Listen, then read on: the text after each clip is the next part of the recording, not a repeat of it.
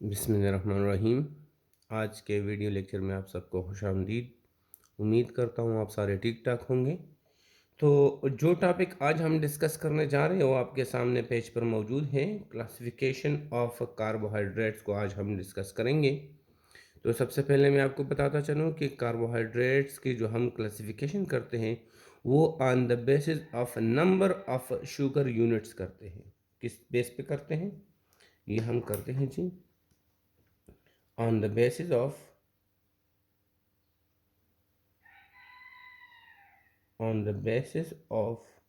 number of sugar units, या जिसको हम कहते हैं मोनोसेकेराइड यूनिट्स। तो शुगर यूनिट्स के बेस पे कि हमारे पास उसके अंदर कितने शुगर यूनिट्स हैं उसके बेस पे हमारे पास हम इसकी क्लासिफिकेशन करते हैं। और इसके लिए हमारे पास ये कितने मौजूद हैं, हम 3 कैटेगरीज में इनको डिवाइड करते हैं। सबसे पहले हमारे पास क्या होते हैं, उनको हम कहते हैं मोनोसेकेराइड्स। सबसे पहले वालों को हम क्या कहते हैं जी, उनको हम कहते हैं मोनोसेकेराइड्स। ये हमारे पास फर्स्ट वन। दूसरा हमारे पास जो है उनको हम कहते हैं ओलिगोसेकेराइड्स।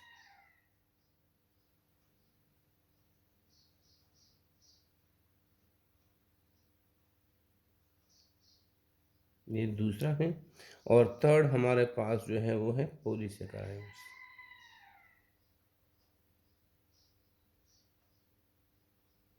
ये 3 हमारे पास कैटेगरीज या क्लासेस मौजूद हैं। अब मोनोसेकेराइड्स क्यों कहते हैं? क्योंकि इनमें हमारे पास सिर्फ एक ही शुगर यूनिट होता है। मोनो का मतलब क्या है? 1। और सेकेराइड मीन शुगर यूनिट्स।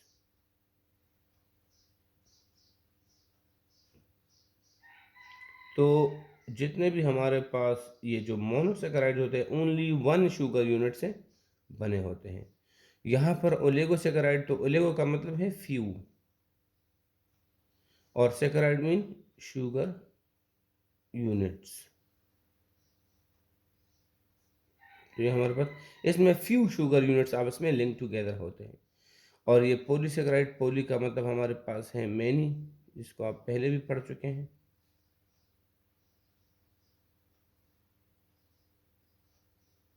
ये देखें, polysaccharide mean many sugar unit, इसमें ज़्यादा शुगर यूनिट्स होते हैं as compare to mono and oligosaccharides. तो ये हमारे पास सिस्टम था। कुछ हम आगे की तरफ चलते हैं और इसकी डिफिनीशन को थोड़ा बहुत हम लिखने की कोशिश करेंगे। इसकी क्या डिफिनीशन है? सही।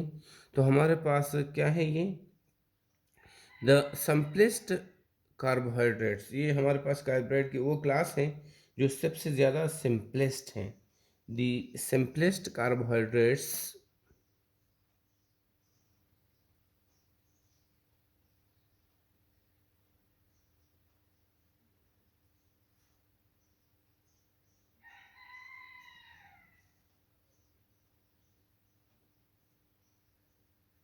सही, which contain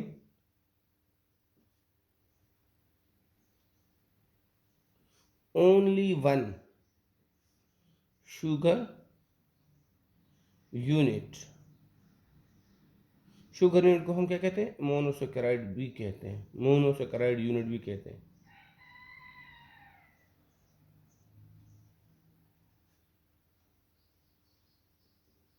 पर मॉलिक्यूल,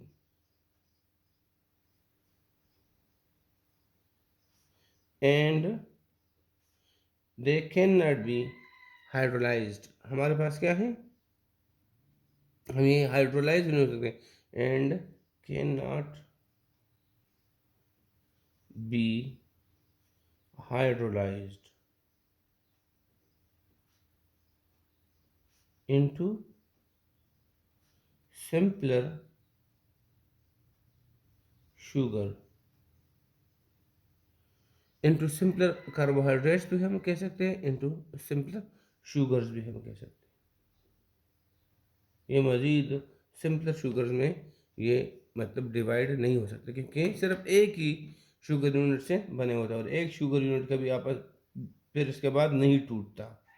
अगर 2 शुगर यूनिट्स है ना, तो वो टूट कर 2 बना लेते हैं। अगर 1 है, तो फिर हमारे पास वो क्या करता है, वो नहीं टूटता। ये आपकी ये डेफिनेशन आपके सामने मौजूद है, मैं आपके सामने रिवाइज़ कर देता हूँ। सही? The simplest carbohydrates which contain only one, only, यहाँ पर मैं वन लिखना भूल गया हूँ। only one, यहाँ पर आप लिखिए वन शुगर यूनिट, मतलब मोनोसेकेराइड यूनिट पर मॉलिक्यूल। पर मॉलिक्यूल सिर्फ एक ही इसमें शुगर यूनिट होता है, and can not be hydrolysed into simpler sugars. ये मैं 2 मरतबा लिख चुका हूँ, सिंपलर शुगर्स। ओके, मजीद सिंपलर शुगर्स में ये डिवाइड हाइड्रोलाइज नहीं हो सकता। हाइड्रोलाइज क्या है? पानी के जरिए टूट जाना किसी चीज़ का। सही, तो सिर्फ ये एक ही हमारे पास उससे बने होते हैं। दूसरा हम बात करते हैं इनकी डिफिनीशन के ऊपर आते हैं, हम एक एक सबको साथ लेकर चलेंगे। सही है, इनकी डिफिनीशन हमारे पास क्या है? The carbohydrates which contain,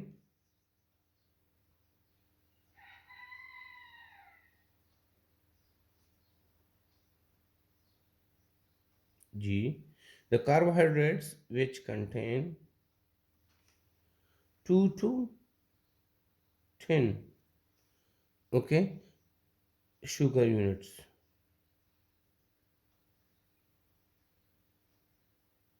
okay, 2 to 10 sugar units, और शुगर यूनिट्स आपको पता है ना, मोनोसेकेराइड यूनिट्स। तो क्या है हमारे पास? पर मॉलिक्यूल।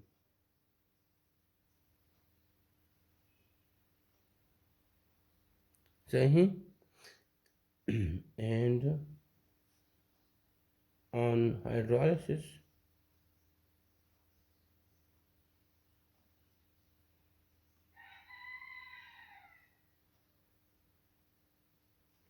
एंड ऑन हाइड्रोलिसिस क्या करता है? हाँ, प्रोड्यूस 2 to 10 शुगर यूनिट्स।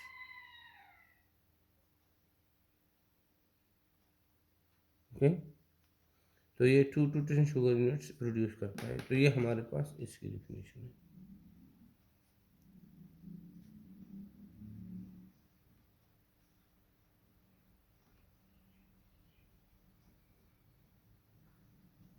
ये आपके पास देख सकते हैं, the carbohydrates which contain, which contain 2 to 10 sugar units per molecule, and on hydrolysis produce 2 to 10 sugar units। जब हाइड्रोलिसिस हो जाए, जब बीच में बॉन्ड्स टूट जाए, तो हमारे पास क्या प्रोड्यूस करते हैं? ये 2 to 10 शुगर यूनिट्स पैदा करते हैं।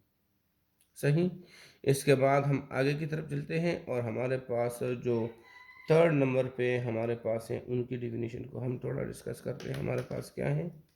दी carbohydrates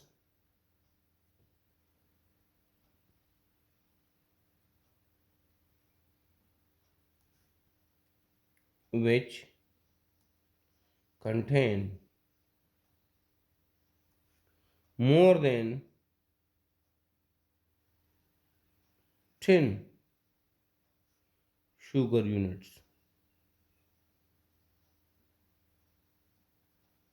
and on hydrolysis produce, okay, more than 10, more than 10 sugar units, चाहे वो सेम हो या डिफरेंट हो। शुगर यूनिट जो पैदा करता है, मे बी कि वो सेम हो, मे बी कि वो डिफरेंट हो। ये हमारे पास इसकी डिफिनीशन है। वो बिल्कुल उसी तरह की डिफिनीशन है, कोई ख़ास उसमें बात नहीं है, तकरीबन वही है।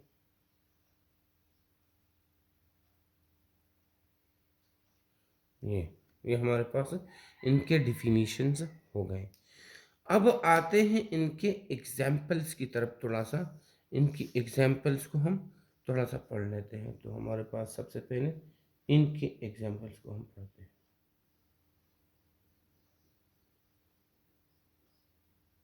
क्या क्या हमारे पास एग्जाम्पल्स हैं मोनोसेकेराइड्स के? हमारे पास ग्लूकोज हैं,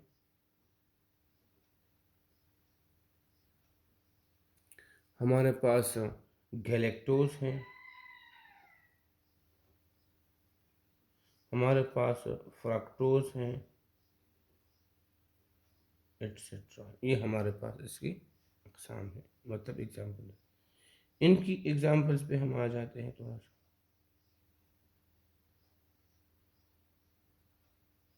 तो इनके एग्जाम्पल में हमारे पास क्या है, माल्टोज हैं, सही, सक्रोज हैं,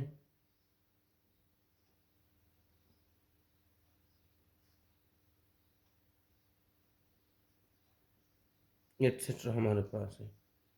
इनके एग्जाम्पल्स को थोड़ा डिस्कस कर लेते हैं। तो इनके एग्जाम्पल में हमारे पास स्टार्च हैं, सेलुलोज हैं, ग्लाइकोजन है जो एनिमल में होता है, एटसेट्रा। ये हमारे पास इसकी अक़साम है। अच्छा जी, हाँ, तो जब इनकी हाइड्रोलिसिस होती है तो क्या हमारे पास बनता है, थोड़ा सा हम इसको डिस्कस कर लेते हैं। मतलब जितने में हमारे पास ये एग्जाम्पल्स आप देख रहे हैं ना यहाँ पर, ये देखिए, आप ये एग्जाम्पल्स यहाँ पर दे रहे हैं।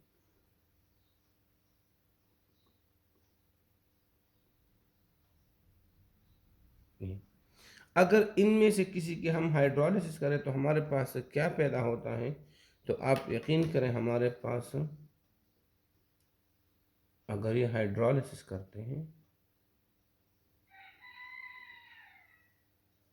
तो ये इनकी हाइड्रोलिसिस नहीं हो सकती, नो हाइड्रोलिसिस, क्योंकि ये तो ऑलरेडी सिंपलेस्ट है। नो हाइड्रोलिसिस, याद रखें, इनकी हाइड्रोलिसिस नहीं हो सकती। समझ बताइए।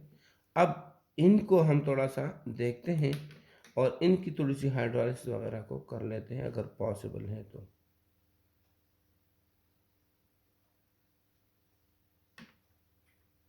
तो जब इनकी हाइड्रोलिसिस होती है तो हम थोड़ा सा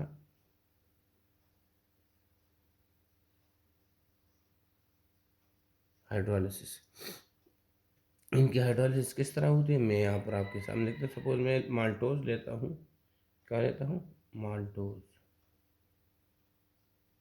और माल्टोज में मैं क्या ऐड करता हूँ, वाटर।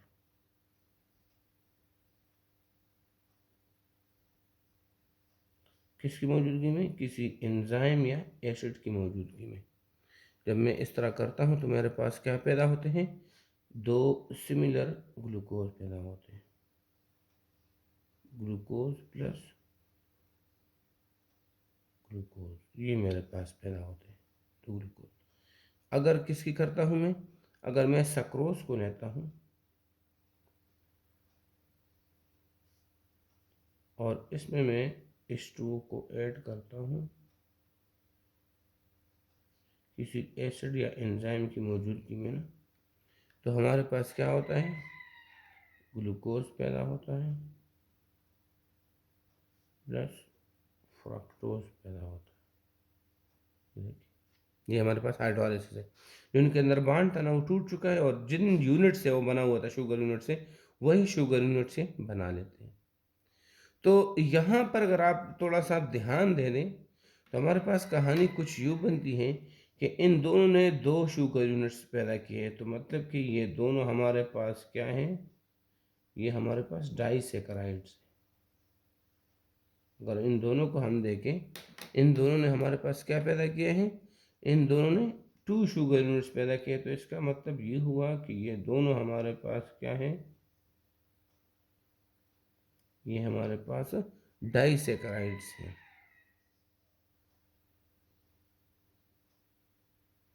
डाइसेकेराइड्स इनको हम कहते हैं, सही, डाइसेकेराइड्स, जो किससे बने होते हैं, टू शुगर यूनिट से बने होते हैं। और फिर हाइड्रोलिसिस करके वही पैदा करते हैं। इस तरह हमारे पास ट्राइसेकेराइड्स भी होते हैं,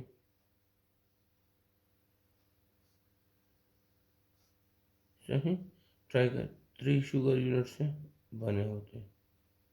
ये हम हाइड्रोलिसिस की बात करते हैं ना, ये देखिए।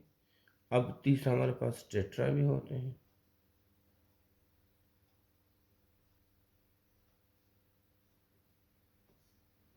4 शुगर यूनिट से बने होते हैं। इस तरह और भी हम आगे जा सकते हैं, पता नहीं कितने तक।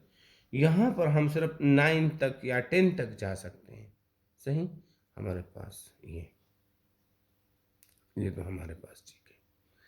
अब इनकी हाइड्रोलिसिस पे थोड़ा बात कर लेते हैं। तो इनकी जब हमारे पास ये आप देख सकते हैं, ये जो कॉम्प्लिकेटेड हमारे पास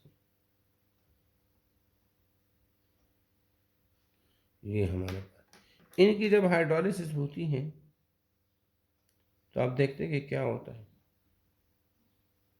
हाइड्रोलिसिस। सही, addition of water in the presence of acid और enzyme, okay, to break that substrate या molecule, that is called hydrolysis. तो स्टार्च को हम सपोज ले लेते हैं, स्टार्च को। सही, स्टार्च में हम क्या ऐड करते हैं, स्टार्च में हम H2O को ऐड करते हैं इन the presence of N acid और कैटलिस्ट। सही, तो हमारे पास क्या पैदा था, सो मेनी शुगर यूनिट्स बनते हैं। ओके, यहाँ देखें क्या बनते हैं, शुगर यूनिट्स, और क्या होते हैं, सो मेनी, बहुत ज़्यादा बनते हैं क्योंकि ये पॉलीसेकेराइड है। सब, सो मेनी शुगर यूनिट्स बनते हैं। अगर इसके हम एग्जाम्पल को थोड़ा सा देखें, मैं इसको थोड़ा सा चेक करता हूँ क्या बनते हैं। तो हमारे पास स्टार्च को हम जनरली इस तरह रिप्रेजेंट करते हैं, C6H10O5 होल इन।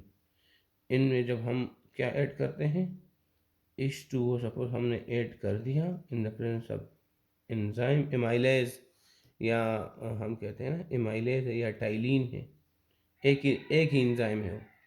तो इसमें ये ऐड करते हैं तो हमारे पास क्या बनता है, हमारे पास बनता है इन नंबर ऑफ C6H12O6, और जो इन ऐड होता है ये भी इन नंबर का होता है।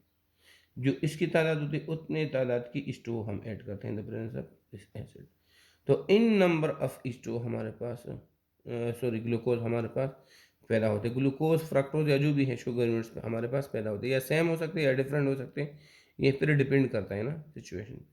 तो ये हमारे पास, अब हम आते हैं, ये तो हाइड्रोलिसिस हमने तीनों की कर दी। अब हम आते हैं थोड़ा सा टाइप्स के ऊपर आते हैं। हमारे पास जो मोनोसेकेराइड्स हैं, इनके हमारे पास कुछ टाइप्स भी मौजूद हैं, यहाँ बात कर लेते हैं।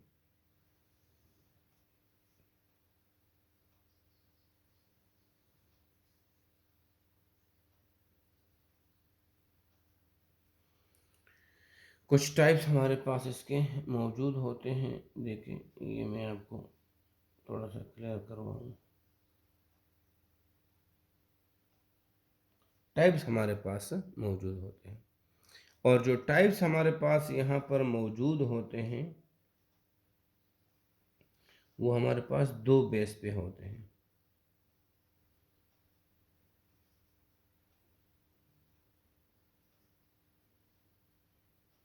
सही, एक हमारे है पास है फंक्शनल ग्रुप के बेस पर। देखिए, हमारे पास जो टाइप्स हैं आप देख सकते हैं, दो बेस पर हमारे पास हो सकते हैं। एक तो फंक्शनल ग्रुप के बेस पर, F-G के बेस पर, और दूसरा number of carbon atoms, number of carbon atoms के बेस पर, इस बेस पर हमारे पास है। अगर हम फंक्शनल ग्रुप के बेस पर बात करें तो हमारे पास फंक्शनल ग्रुप या तो अल्डिहाइड का होगा या कीटोन का होगा। हाइड्रोक्सिल तो लाजमन होगा, पॉलीहाइड्रोक्सी अल्डिहाइड्स एंड कीटोन, तो हाइड्रोक्सिल ग्रुप तो लाजमन होगा। सही, ये मल्टी फंक्शनल ग्रुप कंपाउंड है, मतलब एक से ज़्यादा फंक्शनल ग्रुप होते हैं। हाइड्रोक्सिल का लाजमन होगा, साथ में अगर अल्डिहाइड है तो उसको फिर हम अल्डोसिस कहते हैं। हाइड्रोक्सिल ग्रुप के साथ साथ अगर अल्डिहाइड का फंक्शनल ग्रुप है तो इसको हम अल्डोसिस कहते हैं। अगर हमारे पास हाइड्रोक्सिल फंक्शनल ग्रुप के अलावा कीटोन का फंक्शनल ग्रुप है तो उसको हम कीटोसिस कहते हैं। ये हमारे पास दो किस्में हैं। सही, अच्छा जी। नंबर ऑफ कार्बन एटम्स के बेस पर हमारे पास क्या है, अगर कम से कम हमारे पास, याद रखें हमने पहले भी पढ़ा है कि कार्बन 3 से कम ना हो, तो 3 से ऊपर हम जाते हैं तो ट्रायोसिस, हमारे पास जो सिंपल वाला है ट्रायोसिस, मतलब जिसमें 3 कार्बन एटम्स मौजूद हो। फिर हमारे पास टेट्रोसिस है, हम्म, ये टेट्रोसिस है हमारे पास। फिर हमारे पास पेंटोसिस है, सही। इस तरह हमारे पास हेक्सोसिस है। ये दोनों अल्डोसिस और कीटोसिस के अलावा हेक्सोसिस भी है, मतलब हर एक में 6 कार्बन एटम है। मैं आपको थोड़ा सा समझाता हूँ ये चीज़। ये तो हमारे पास टाइप्स, समझ में बात आई? अच्छा जी, ये जो हमारे पास हैं ये दोनों, ये दोनों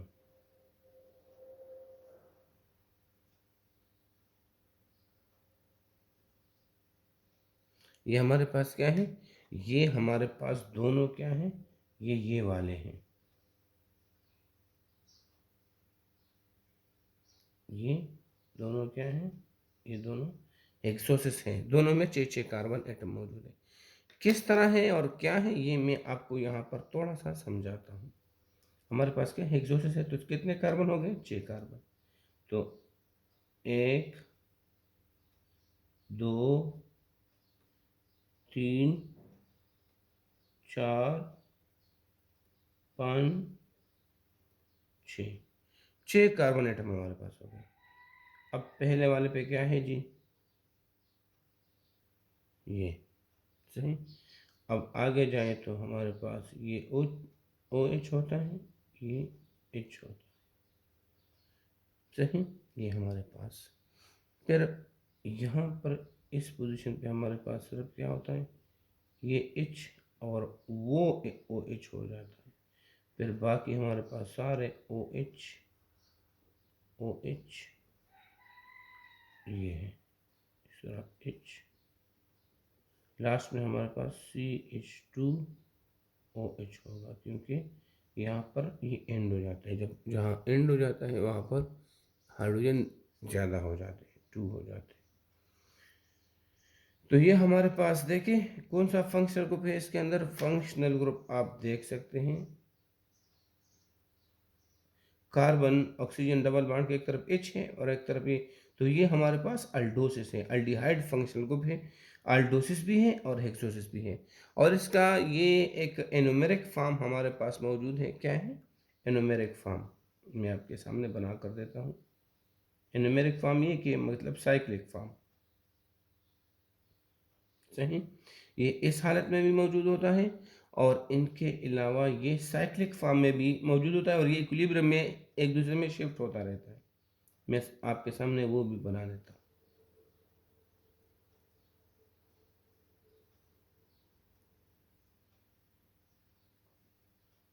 यहाँ पर जी हमारे पास क्या होता है, ऑक्सीजन, यहाँ कार्बन, यहाँ कार्बन, यहाँ कार्बन, यहाँ भी कार्बन, यहाँ भी कार्बन, सही।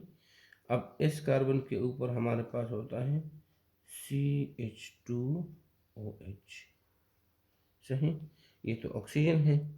यहाँ हमारे पास होता है OH और नीचे H। ये अपने प्लेन को परपेंडिकुलर होते हैं, मतलब एक चीज़ यहाँ इस तरह है, ये प्लेन सपोज इस तरह है, तो ये जो OH और H है ये इस तरह है, सही। मैं आपके सामने थोड़ा सा बना देता हूँ। ये इस तरह है। अगर प्लेन इस तरह है तो ये बाकी के 2 ग्रुप इस तरह अटैच है, इसके साथ इस तरह अटैच है, ऊपर नीचे 90 एंगल बनाने वाले, सही। ये हमारे पास है। अब बाकी हमारे पास ये क्या है, ये यहाँ H है और यहाँ OH है, सही। यहाँ पर देखें तो यहाँ OH नीचे H है, तो लाजमन ये फिर H और ये OH होगा। तो ये हमारे पास इसका एनुमेरिक फॉर्म है। ये कार्बन मिल जाता है किसके साथ, इस कार्बन के साथ। ये कार्बन इस तरह पीछे से आकर इस कार्बन के साथ मिल जाता है, समझ में आता ही ना। और हमारे पास जो लेफ्ट साइड पे होते हैं वो हमारे पास नीचे आ जाते हैं, जो राइट साइड पे होते हैं वो अप आ जाते हैं। इस तरह हमारे पास इसको एनुमरेशन कहते हैं, ओके, एनुमरेशन। और ये एनोमर है, this is the n of that form. Okay, this cyclic straight form and open form, this is cyclic form. ये एक ही चीज़ है। ये हमने क्या अल्डोसिस बना दी, देखिए अल्डिहाइड एक फंक्शन ग्रुप वाला।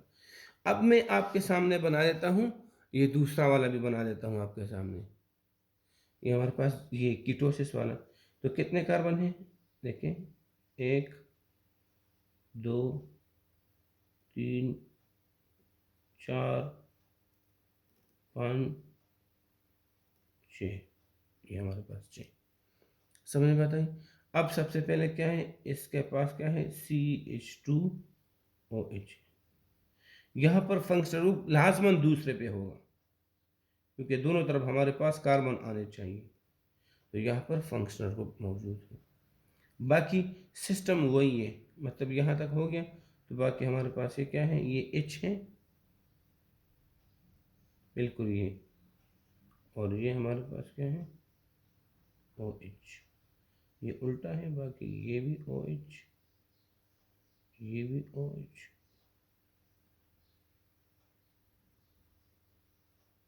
ये आपने बायोकेमिस्ट्री में भी पढ़ा है, बायोलॉजी में, सही।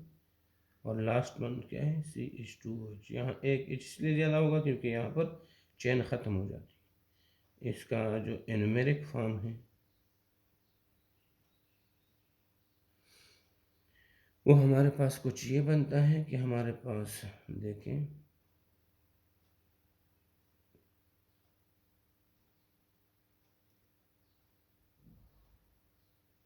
ये ऑक्सीजन है, ये ऑक्सीजन, तो ये हमारे पास कार्बन कार्बन कार्बन कार्बन।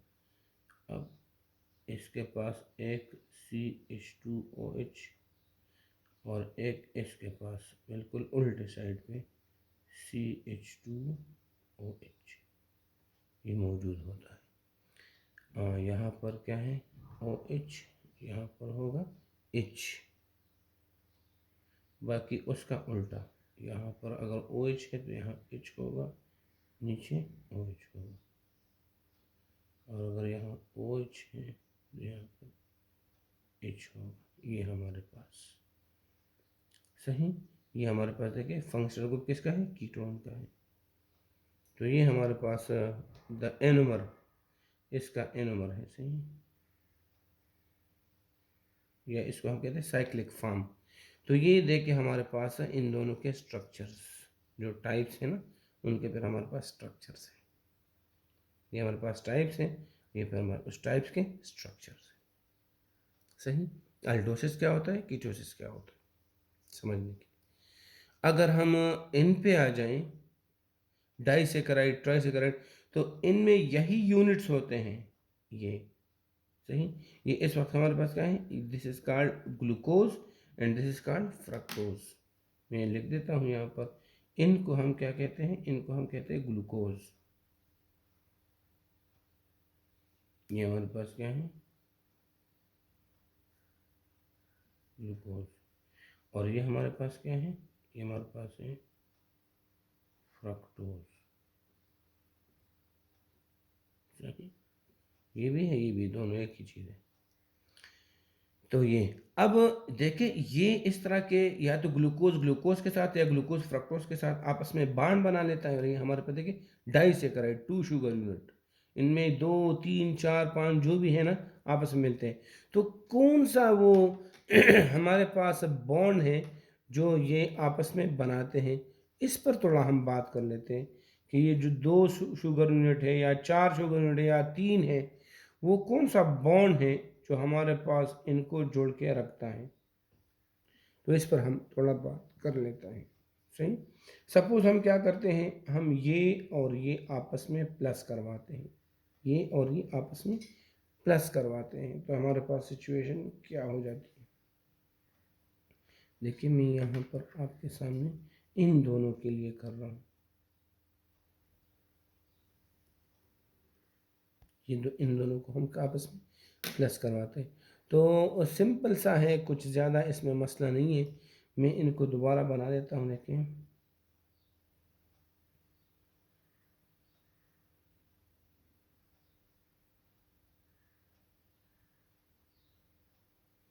अच्छा, देखिए मेरे पास ऑक्सीजन है CH2OH, ये देखिए कार्बन है, और आप देख सकते हैं H और OH। ये देखिए ये मतलब 90 एंगल पे, प्लेन के 90 एंगल पे ये दोनों होते हैं, सही ऊपर नीचे होते हैं ये सारी चीज़ें। ये क्या है, यहाँ कार्बन है और कार्बन के ऊपर OH है, नीचे H है, यहाँ कार्बन है उनके ऊपर H है, नीचे OH है। यहाँ जो कार्बन है, यह देखिए हम आपस में क्या करते हैं, सपोज ये H है और ये OH है। ये देखिए आप देख सकते हैं यहाँ पर ये OH ऊपर और H नीचे, लेकिन मैंने कहा ना ये 90 एंगल पे है। आप ऊपर से लेंगे तो इस तरह होगा, नीचे से लेंगे तो इस तरह होगा, ये इस तरह है, सही। ये प्लेन है ना, ये 6 कार्बन वाला, और ये इस तरह है समझ में आता है तो हम इस तरह ये बना सकते हैं। अच्छा, इसके साथ हम क्या करते हैं, दूसरे को ऐड करते हैं। इसको मैं थोड़ा बनाता हूँ।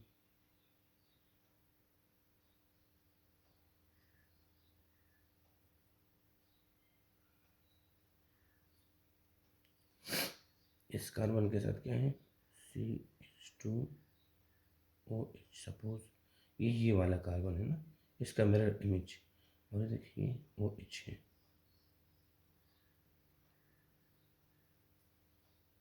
सही, ये क्या है जी, ये हमारे पास क्या है, अब ये H है और ये CH2OH। देखिए मैंने इसको नहीं लिया, मैंने इसका मिरर इमेज लिया है, इसका मिरर इमेज। और ये देखिए इस मिरर इमेज में आप एक काम कर सकते हैं, सही, ये जो OH आप ऊपर बना सकते हैं और H आप नीचे बना सकते हैं। ये देखिए ये मिरर इमेज हो जाता है। अब इसका मिरर इमेज क्या है, मतलब ये ग्रुप इस साइड पे होगा, सही, और ये ग्रुप उस साइड पे होगा, ये ठीक, ये इस तरह बना सकते हैं। तो ये हमारे पास सिचुएशन है।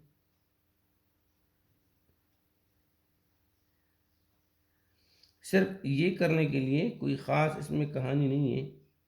हमने क्या करना है, ये OH OH हमने सामने लाना है, क्योंकि हमारे पास एक कार्बन से क्या उड़ता है,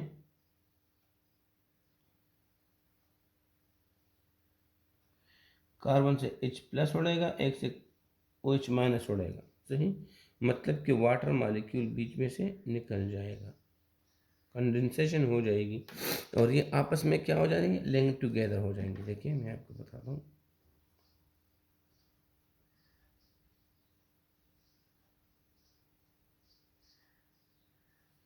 ये दोनों आपस में, ये यहाँ से OH यहाँ से H निकल जाएगा, और हमारे पास से क्या बन जाएगा, एक ख़ास किस्म का बॉन्ड बन जाएगा। मैं फिर से बना रहा हूँ,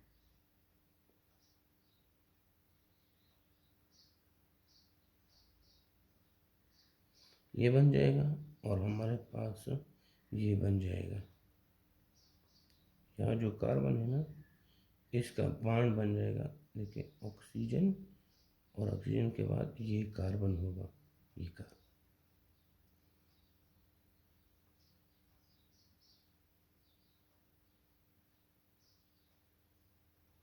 ये, और इसके साथ अपने जो चीज़ें हैं CH2OH, देखिए ये यहाँ पर है, फिर इसके साथ ये H और CH2OH, यहाँ पर भी OH H H OH, सही, यहाँ तो ग्रुप यूज हो गया। अब देखें यहाँ इसके पास हमारे पास क्या होगा, हाइड्रोजन अभी भी मौजूद है, यहाँ पर ऑक्सीजन मौजूद है, यहाँ कार्बन के पास है CH2OH मौजूद है, इस कार्बन के पास देखिए OH मौजूद है, नीचे H मौजूद है, ये कार्बन हमारे पास OH और H, ये कार्बन H और OH, बाकी वही चीज़ें हैं। लेकिन यहाँ देखें, ये कार्बन, ऑक्सीजन और कार्बन, क्योंकि हाइड्रोजन, ऑक्सीजन जो नहीं करेंगे, तो इसको हम कहते हैं यहाँ से लेकर यहाँ तक एक बाण बन चुका है, जिसको हम कहते हैं ग्लाइकोसिडिक